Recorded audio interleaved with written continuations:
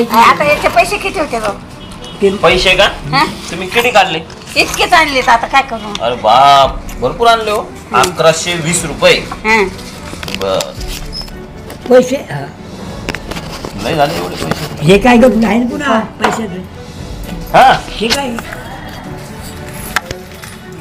अरे बाप काय पाडायला तो शेंगा पडल्या की. अरे बाप कमी पडले तर आहेत ना माझं पैसे. आजी किती पैसे? 1000 1100 1100. हे मोजा. अरे बाप हे तर लय 10 20 20च्या भरपूर नोट आहे त्या. हे तुमचे तुम्हाला, हे बी तुम्हाला, हे बी तुम्हाला नगर करा ना.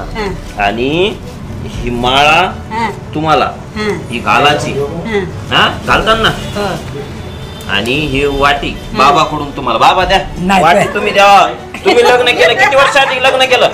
बाबा तुमच्या एवढा पोरगा वारला ना. द्या द्या द्या. हा ही वाटी नाही पैसे घ्या तुम्ही काही म्हणा. हा मला तुमच्या हिशोबाने काय द्यायचे ते द्या. 1000 रुपये. 1000 रुपये नको लय झाले तेवढे पैसे.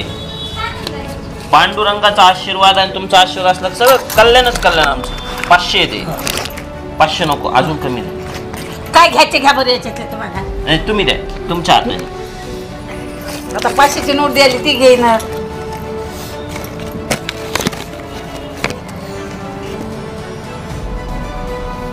मला मत नाही ना रे. बरोबर आहे तू मग काही काढू नको काय फोटो काढायचे फोटोच काढणं तर पाहिजे रे बाबा. फोटो चांगले नसते. जगातले घ्या तुम्ही. हो ना भया तुमचा मुलगा मुलगी आई नाही का? मोठा पोरगा होता एक. मोठं पोरग मेलं भाऊ. लहान पोरग निघले मुताडते ना. त्या बायकोनं मारलं. ताना ताना आम्ही निघालेलो बाहेर. नाही तर मला गरज नाही कशाची. घरी 5 एकर वावर सगळं चांगलं आहे. मग पोरगा भारी होता. भारी होता. तंबाखू खात नव्हता, दारू पित नव्हता. तुम्ही म्हणल्याचे मावा चहा पीत ते मला लागतं मावा चहा प्या. पोरगा भारी. हे जे आहे ते निघले मुताडच्या ना. त्याला काय करतात नाही दे त्यांचं ते. हे बघा हे मी घेतले आजीकडून 10 रुपये आणि बाबाकडून 10 रुपये. आता मी जपून ठेवणार.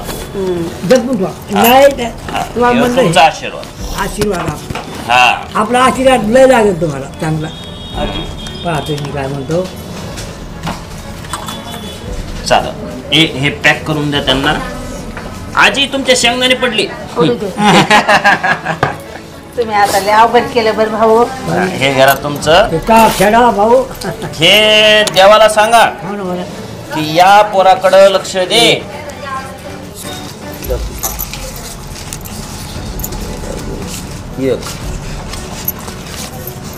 हे धरा तुमचे. हे मोठ्या नोटा धरा आजी.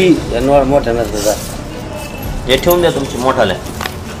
2 आणि 3 आणि 4 5 6 7 8 9 10 एवढं मोठं गोष्ट.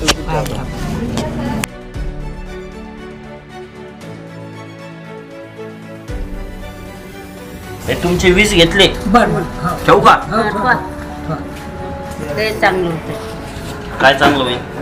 लय चांगलं. कोणाचं? तुमचं. बर बाबा आजीवर प्रेम करता तुम्ही? आता काय आता मोठ्या कोणतं आता काय सांभाळत लागतं ना. काय मला जाऊ द्या आता. 1000 तुमचे बाबा. हे तुमचे 300. आता खायला एकूण एकाला सांभाळत लागेल का नाही. करते का पण सांगा ना.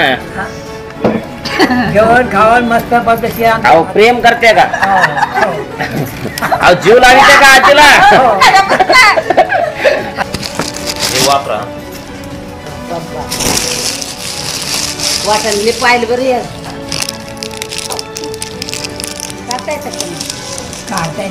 काय भाऊ लय उपकार झाला ह्यो.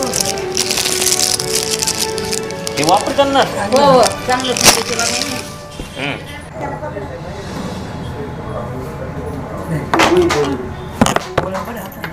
जयेश कुठे? प्रत्येक व्यक्तीला आपल्या आयुष्यात असा जोडीदार हवा असतो जो निस्वार्थी भावनेने त्याच्यावर प्रेम करेल, त्याची काळजी करेल आणि जीवनाच्या शेवटपर्यंत त्याच्याशी एकनिष्ठ राहील. आजकालच्या या दुनियेत असं प्रेम कुठेतरी हरवत चाललं आहे.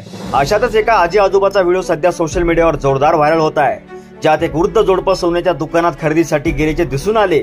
मुख्य म्हणजे यावेळी त्यांच्या हातात फक्त 1200 रुपये होते, पण आजींनी सोनं खरेदी करण्यासाठी त्यांनी केलेली धडपड ही त्यांच्या पैशातून कित्येक पटीने जास्त होती. अशात दुकानदाराने त्यांच्यासाठी जे केले ते पाहून सोशल मीडियावर सर्वच भावुक होऊन गेले आणि लोकांनी हा व्हिडिओ अक्षरशः डोक्यावर नाचवला. व्हिडिओ आता सर्वत्र जोरदार व्हायरल होत आहे. यात पुढे काय घडलं ते सविस्तर जाणून घेऊया. महाराष्ट्रातील संभाजीनगर मधील गोपिका ज्वेलर्स येथील हा व्हिडिओ आहे. यात एक 93 वर्ष गरीब आजोबा मोठ्या आशेने आपल्या पत्नीला दागिने खरेदी करण्यासाठी सोन्याच्या दुकानात पाऊल ठेवतात. येथे जाऊन ते सोन्याच्या 2 वस्तू खरेदीसाठी निवडतात. यानंतर दुकानदार त्यांच्याकडे येतो आणि त्यांना विचारतो की तुम्ही काय खरेदी केली आहे. यानंतर मालक त्यांच्याकडे येतो आणि त्यांना विचारतो की तुम्ही काय खरेदी केली आहे, तुमच्याकडे किती पैसे आहे.